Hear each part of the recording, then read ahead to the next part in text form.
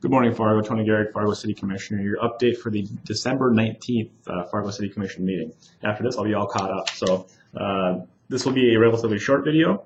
On this meeting, Dave Pepcorn brought up the idea of courting Wells Fargo from Minneapolis. There was also a discussion on new home abatements, and there was an amendment to contract with a public art not to exceed $19,600.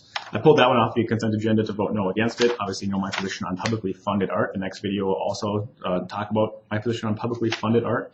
Fully support art in the community. My wife and I patronize all kinds of different art. Ballets, the FMCT, whatever else. We enjoy doing that. But we do that because we want to, not because the government tells us to. So I voted no against that. I do believe it was a 4-1 vote. The other thing was it was just a discussion on Wells Fargo. Wells Fargo got pushed or was getting pushback from the the Minneapolis City Council based on their financing or working with the DAPL folks out there. So they made a big issue about that. Dave said, hey, they don't want them. We'll take business. And quite frankly, folks, there's no harm in that. If we can tell other communities our story, I don't see a problem with that at all. I think it was a good idea. Will they come here? Probably not. But to throw our idea out there and say, look, Fargo is a great community to live and grow, and we're doing things right. I don't see any problem with that whatsoever. I applaud Dave for doing that. New home abatements. So this is an issue. This goes in the vein of tax exemptions for businesses. New home abatements here in City Fargo up to $150,000 will be exempted from a property built basically in South Fargo for 2 years. Now, in broad terms, it seems like a good idea. But if you drill down a little bit, this program has been going on for many, many years. It's on autopilot. No one ever looks at it.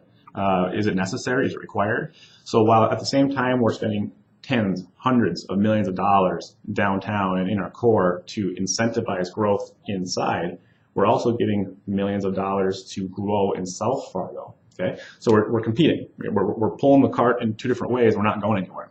If you incentivize everything, are you really doing anything at all? Well, the answer is clearly no.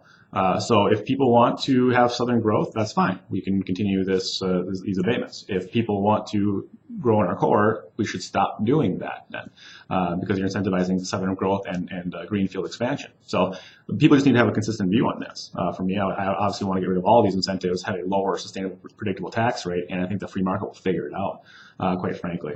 So I think that the government gets in its way a lot, and this is an example of that. It also is important to point out that new home abatements cost you money. Every time a new home is not paying their taxes, their tax burden is still on the tax rolls. They're just not paying it. So you pay it. Everyone else pays it.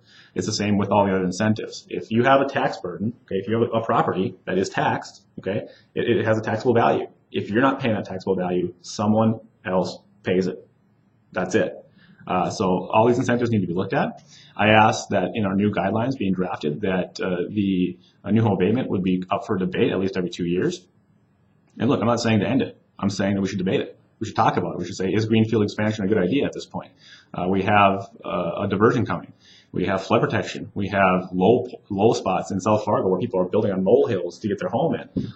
So is it a good idea to be doing these things? Now, if someone wants to spend their dollars and build a new house in South Fargo, by all means. I mean, I live in South Fargo, but to incentivize it is another discussion. So we haven't had that discussion since way before I got in the commission.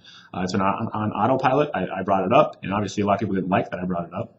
But I'm here to ask those hard questions. So I'd love to hear what you think about the new home abatements. I'd love to hear about all the other issues that I've talked about. Watch the coming videos. I should be all caught up now for the city commission meetings.